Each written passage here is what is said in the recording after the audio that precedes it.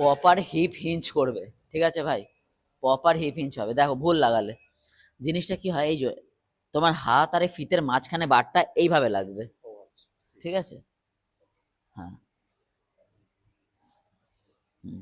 না, আঙুল কেন, আঙুল কেন? হ্যাঁ, এমনি বাড়ি প্যাঁচিয়ে দাও, হ্যাঁ। এবার লুজ রেখে দাও, লুজ রেখে দাও, হ্যাঁ।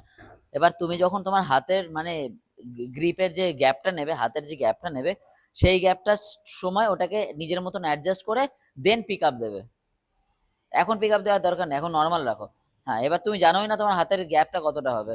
হ্যাঁ, ফিটের স্ট্যান্স নাও দুটো, হ্যাঁ চলো বসো।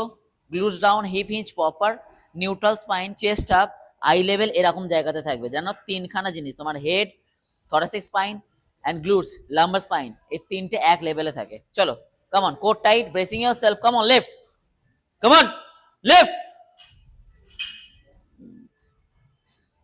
Breathe out, breathe out. আবার বসো, আবার বসো, বার টানো, পুরো এয়ার নাও, নিউট্রাল স্পাইন করো, চেস্ট আরো বের করো বাইরে। হ্যাঁ চলো লেফট, জোরে জোরে জোরে, আস্তে আস্তে রাখো, আউট করো, আউট আউট আউট আউট।